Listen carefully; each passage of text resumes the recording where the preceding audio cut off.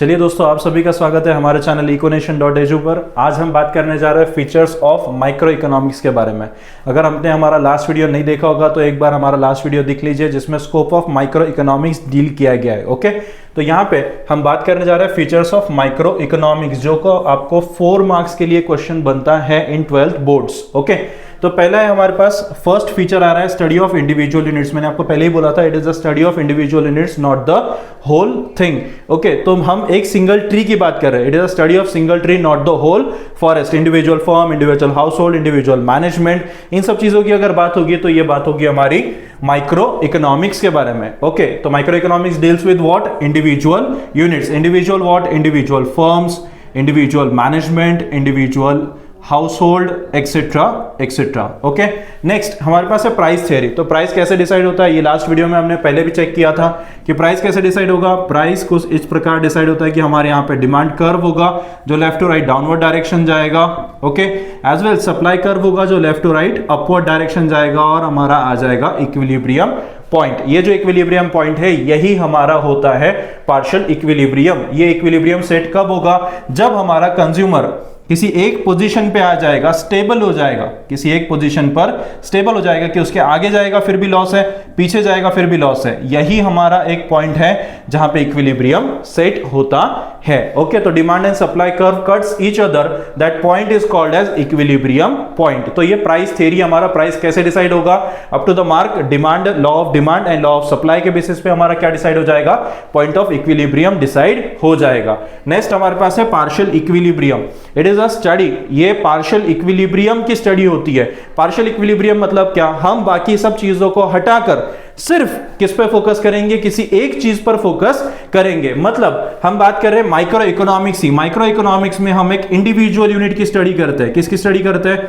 Individual units की। जब हम इंडिविजुअल यूनिट्स की स्टडी कर रहे हैं तो ये इंडिविजुअल यूनिट्स किस पे फोकस करते हैं? सिर्फ एक यूनिट पे फोकस करेंगे। एक फर्म, एक इंडिविजुअल, एक हाउस होल्ड, एक मैनेजमेंट, इसकी अगर स्टडी करनी है तो अदर फोर्सेस को क्या करना पड़ेगा? आइसोलेट करना पड़ेगा।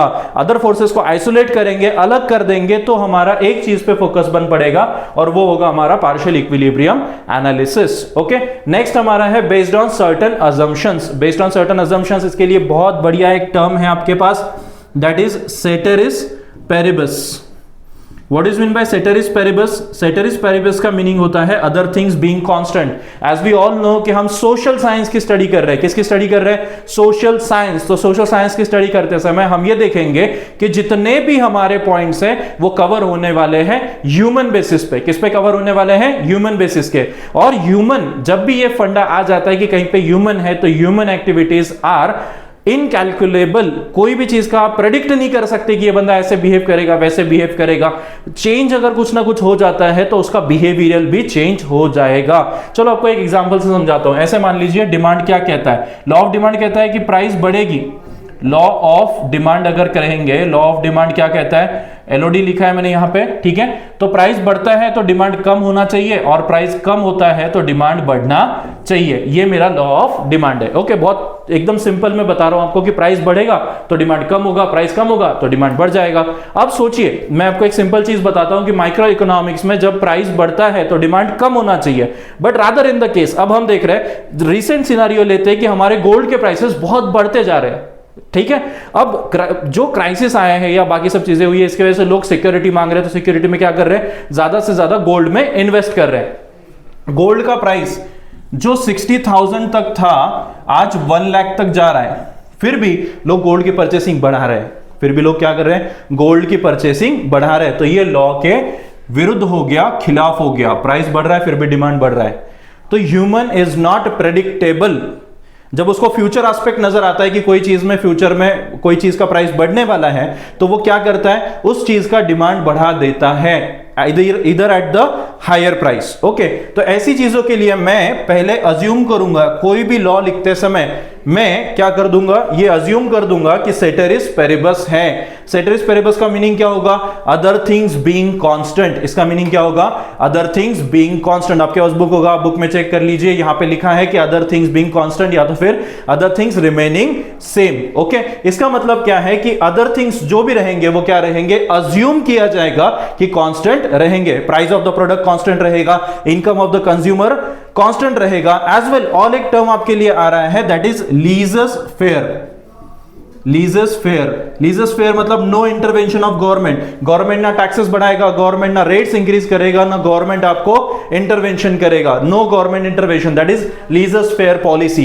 तो ये दो चीजें हम अज्यूम करके चलते हैं कि कोई भी लॉ कहते समय, इकोनॉमिक्स के कोई भी लॉ सीखते समय क्या रहेगा, सेटरिस पेरेबस रहेगा। तो जो भी लॉ आप लिखोगे इकोनॉमिक्स में, ये आपको क्या करना पड़ेगा, इसी टर्म से स्टार्ट करना पड़ेगा। इधर यू कैन राइट सेटरिस पेरेबस और you can say other things remaining same. Okay, the next is slicing method. What is mean by slicing method, मैं किसी भी एक बड़े चीज को छोटे छोटे छोटे छोटे छोटे छोटे छोटे छोटे छोटे छोटे छोटे छोटे छोटे छोटे टुकड़ों में क्या कर दूंगा, हटा दूंगा, कट कर दूंगा, तब एक छोटी सी चीज जो बचेगी उसकी स्टडी करने के लिए मैं स्लाइसिंग मेथड यूज करूंगा या माइक्रो इकोनॉमिक्स का यूज करूंगा। What is mean by micro economics, तो ऐसे छोटे छोटे स्लाइसेस की स्टडी करना, यही मेरा माइक्रो इकोनॉमिक्स होता है। तो माइक्रो इकोनॉमिक्स क्या है, it is based on slicing method, it uses slicing method, it uses what, slicing method. तो आपको 1 मार्क के लिए क्वेश्चन बनेगा, micro economics uses what, uses slicing method. तो ये 4 मार्क्स में भी 1 मार्क छुप गया आपके, तो ये भी आपका बन गया। ये भी आता है तो आप क्या कहोगे कि ये स्लाइसेस में क्या करेगा,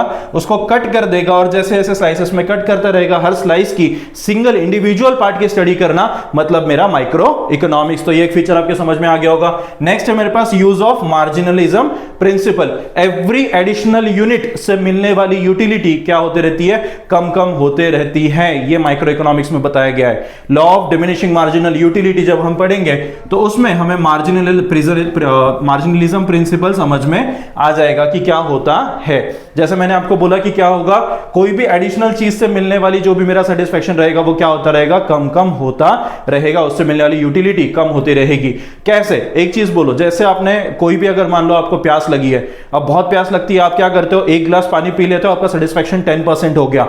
ओके, उसके बाद आपने क्या कर दिया, सेकेंड ग्लास पी लिया तो 50% पहुंच गया, थर्ड ग्लास पी लिया तो 100% हो गया। क्या चौथा ग्लास आप पियोगे? नहीं। वैसे तो देखने जाए तो हर चीज से, कंजम्पशन से मिलने वाली यूटिलिटी बढ़ते जानी चाहिए, लेकिन वो हर चीज, मतलब एवरी एडिशनल यूनिट से मिलने वाली यूटिलिटी क्या होते जाती है, कम कम होते जाती है। ओके, तो वो है law of diminishing marginal utility, जो डील करता है मार्जिनलिज्म प्रिंसिपल के साथ, जो आपके लिए डील करेगा किसमें, माइक्रो इकोनॉमिक्स में। ओके, नेक्स्ट है हमारे पास एनालिसिस ऑफ मार्केट स्ट्रक्चर। तो हमारे पास बहुत सारे डिफरेंट टाइप के मार्केट्स होते हैं, लाइक ओलिगोपॉली मार्केट है, मोनोपॉली है, परफेक्ट कॉम्पिटिशंस है, इम्परफेक्ट कॉम्पिटिशंस है। ऐसे सब चीजों में डील करते समय हम बोलते हैं कि हम मार्केट स्ट्रक्चर की स्टडी कर रहे हैं। किसकी स्टडी कर रहे हैं, मार्केट स्ट्रक्चर की। और हर मार्केट में, जैसे मोनोपॉली में, मोनोपॉली अगर बात की जाए, mono mean single, poly mean seller. Single seller जब सेल कर रहा है तो उसके पास क्या होता है, डिस्टिंक्टिव पावर होता है कि जब भी वो कोई चीज सेल करने के लिए वहां पे आएगा तो उसके पास पावर है कि वो क्या करेगा, डिस्क्रिमिनेशन करेगा, जिसको जो चाहिए वो रेट देगा, जिसको जो चाहिए वो आएगा। अब देखो, ऐसा मान लो कि आप किसी चीज में कोई भंडारे में हो, आप कोई भंडारे में हो, भंडारे में चले गए, भंडारे में कुछ आप दे रहे हो, आपके हाथ में क्या है, गुलाब जामुन है, गुलाब जामुन गुलाब जामुन गुलाब जामुन गुलाब जामुन, आप बांट रहे हो, आपका दोस्त बैठा है, आपके घर वाले बैठे हैं, दोस्त बैठा है, नजदीक का कोई बैठा है, ऐसा मान लो जो भी आपको पसंद है वो बंदा वहां पे बैठा है, और आपने क्या कर दिया, गुलाब जामुन 3 के जगह पे 4 दे दिए या 2 के जगह पे 4 दे दिए। आप दोगे नहीं दोगे? दोगे, क्योंकि वो बकेट आपके हाथ में है। देना कितना है, पावर आपकी है। You are the monopolist, you are the monopolist. जब आप उसको 2 की जगह पे 4 दे रहे हो, बाजू वाला बंदा देख रहा है, उसको 4 दिए, मेरे को 2 ही दिए, तुम बोले शांत बैठ, बैठ वहीं पे शांत, मेरे हाथ में बकेट है, मैं दूंगा। समझे?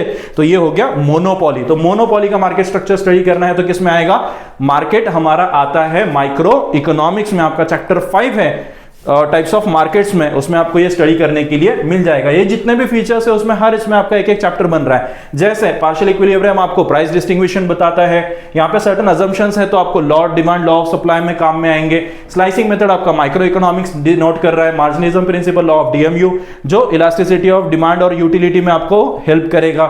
उसके बाद आएगा मार्केट स्ट्रक्चर, जो मार्केट स्ट्रक्चर चैप्टर 5 है आपका, मार्केट स्ट्रक्चर कैसे डिसाइड होता है। उसके बाद है limited scope, micro economics, MICRO, micro mean small. जो भी चीज स्मॉल है, इंडिविजुअल है, जो भी एक इंडिविजुअल चीज की स्टडी कर रहा है वो चीज होती है आपकी माइक्रो इकोनॉमिक्स, तो माइक्रो इकोनॉमिक्स का स्कोप लिमिटेड है। आपको 4 मार्क्स के लिए क्वेश्चन बनेगा, अग्री और डिसएग्री कि scope of micro economics is limited. तो आप बोलोगे हाँ क्यों लिमिटेड है, क्योंकि हम यहां पे सिर्फ एक इंडिविजुअल की स्टडी कर रहे हैं। क्या मैं नेशनल इनकम की बात कर रहा हूं? नहीं। क्या मैं फॉरेन एक्सचेंज की बात कर रहा हूं? नहीं। क्या मैं यहां पे दो देशों के ट्रीटीज की बात कर रहा हूं, कोई कॉम्बिनेशंस की बात कर रहा हूं, कोई अमलगमेशंस की बात कर रहा हूं, एमएनसीज की बात कर रहा हूं? नहीं। मैं सिर्फ एक individual firm, individual unit, individual person, individual household की बात कर रहा हूं। तो जैसे मैं किसी सिर्फ इंडिविजुअल की बात करूंगा तो ये आ जाएगा लिमिटेड स्कोप में। किस में आ जाएगा? लिमिटेड स्कोप में। तो ये लिमिटेड स्कोप मेरा किससे मिल रहा है? मुझे सिर्फ और सिर्फ माइक्रो इकोनॉमिक्स से मिल रहा है। ये डिपेंडेंट रहता है मैक्रो इकोनॉमिक्स में। एमएसीआरओ में डिपेंड करेगा। किस में डिपेंड करेगा? एमएसीआरओ में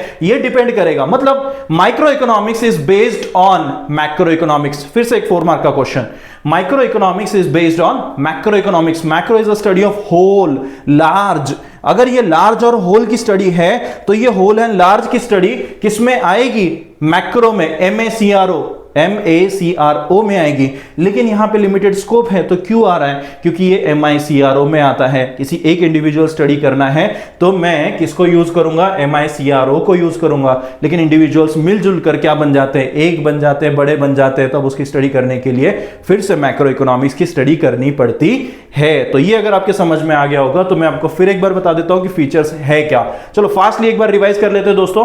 study of individual units, individual firm, individual household, individual management की स्टडी करेगा तो ही वो स्टडी ऑफ इंडिविजुअल यूनिट्स में आएगा और तभी वो माइक्रो इकोनॉमिक्स का पार्ट बनेगा। Second feature is price theory. Price कैसे डिसाइड होगा? Demand curve left to right downward direction, supply curve left to right upward direction. कैसे जाएगा? Law of demand, law of supply सीखेंगे तब बता दूंगा। उसके बाद एक इक्विलिब्रियम सेट होता है। इक्विलिब्रियम है क्या? यहां पे स्टेबल हो गया, यहां पे आगे जाएगा तो भी नुकसान है, पीछे जाएगा तो भी नुकसान है, तो ये इक्विलिब्रियम आ गया। उसके बाद आएगा पार्शियल इक्विलिब्रियम। पार्शियल इक्विलिब्रियम मतलब क्या? पार्शियल इक्विलिब्रियम मतलब आइसोलेट कर दो, किसी एक माइक्रो चीज को स्टडी कर दो, इंडिविजुअल की स्टडी करना है तो बाकी सब फोर्सेस को हटा दो और उसी को एक पर स्टडी करके हम क्या करेंगे? वहां पे स्टडी प्रॉपर कर देंगे तो हो गया पार्शियल इक्विलिब्रियम। उसको पार्शियली हम हटा देंगे वहां से। And then based on certain assumptions, ceteris paribus and laissez faire, दो बताया। सेटेरिस पेरिबस मतलब क्या? Other things remaining constant, and laissez faire मतलब क्या? No intervention of government. उसके बाद आता है स्लाइसिंग मेथड। हर चीज के टुकड़े टुकड़े टुकड़े टुकड़े टुकड़े कर दो और एक टुकड़े की स्टडी करना मतलब आपका माइक्रो इकोनॉमिक्स। तो यूज क्या आता है? स्लाइसिंग मेथड को।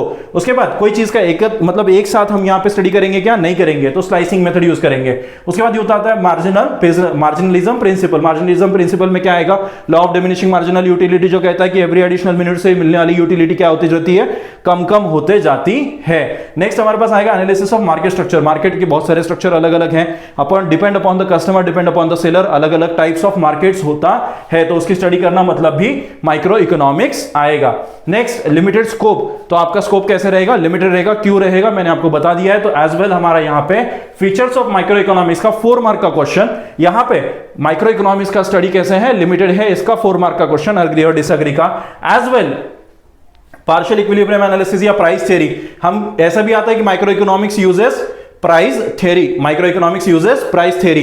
तो ये भी आपका 4 मार्क का क्वेश्चन बन सकता है। इन सबको अगर आपको एलॉबरेटली वहां पे डेवलप करना है, आंसर लिखना है तो ये वीडियो बहुत यूजफुल रहेगा। ये अगर आपको पसंद आया होगा तो हमारे जो भी चैनल है हमारा econetion.edu का, उसको सब्सक्राइब करना मत भूलिए। Thank you.